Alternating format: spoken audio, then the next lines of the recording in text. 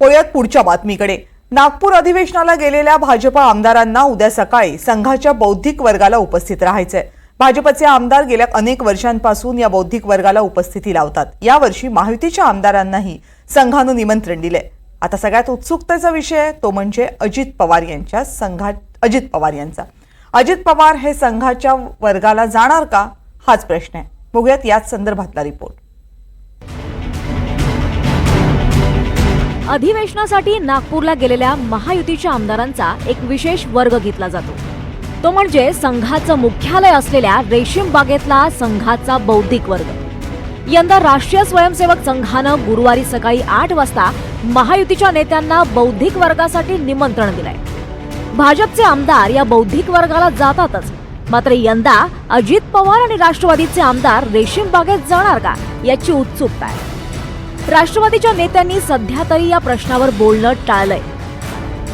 अशा परिस्थितीमध्ये तुम्ही जाण्याच्या संदर्भात स्पष्ट का नाही? पण मला या विषयावरती माहितीच नाही। मी दिल्लीमध्ये आहे, मी मगाशी स्पष्टपणे त्याचा खुलासा केला, त्याच्यामुळे मला त्या विषयावरती माहिती नाही। माहिती होईल त्यावेळेला मी जरूर आम्ही त्या विषयावरती चर्चा करू।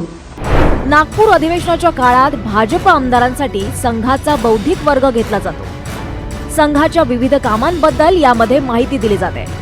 अनेक वर्षांपासूनची ही परंपरा आहे। 2022 मध्ये शिंदे सत्तेत आल्यावर आणि 2023 मध्ये अजित पवार सत्तेत सहभागी झाल्यावर संघाच्या बौद्धिक वर्गाबद्दल जास्त चर्चा होऊ लागली। शिवसेनेचे काही आमदार या वर्गाला जातात, काही जात नाही। गेल्या वर्षी अजित पवार आणि त्यांच्या आमदारांनी या वर्गाकडे पाठ फिरवली होती। संघानं महायुतीच्या नेत्यांना दिलेल्या आमंत्रणावरून विरोधकांनी मात्र टीका केली आहे। अजित पवार आणि एकनाथ शिंदे यांचं बौद्धिक संघ मुख्यालयात रेशीम बागेत घेतलं जाणार आहे।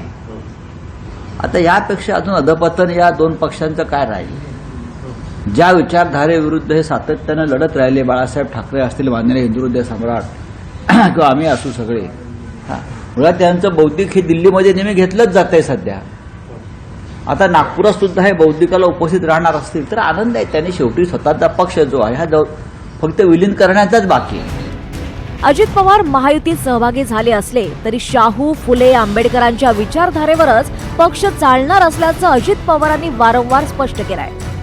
वक्फ बोर्ड, बटेंगे तो कटेंगे आणि नवाब मलिकांच्या उमेदवारी वेळीही अजित पवारांचे सूर महायुतीपेक्षा वेगळे होते। यंदाच्या लोकसभा निवडणुकीत महायुतीला धक्का बसला होता, मात्र विधानसभा निवडणुकीत महायुतीच्या यशामध्ये संघाचाही मोठा वाटा होता। त्याची दखल घेत अजित पवार आणि त्यांचे आमदार यंदा रेशीम बागेत जाणार का याची उत्सुकता आहे। Bureau report, NDTV Marathi, Mumbai.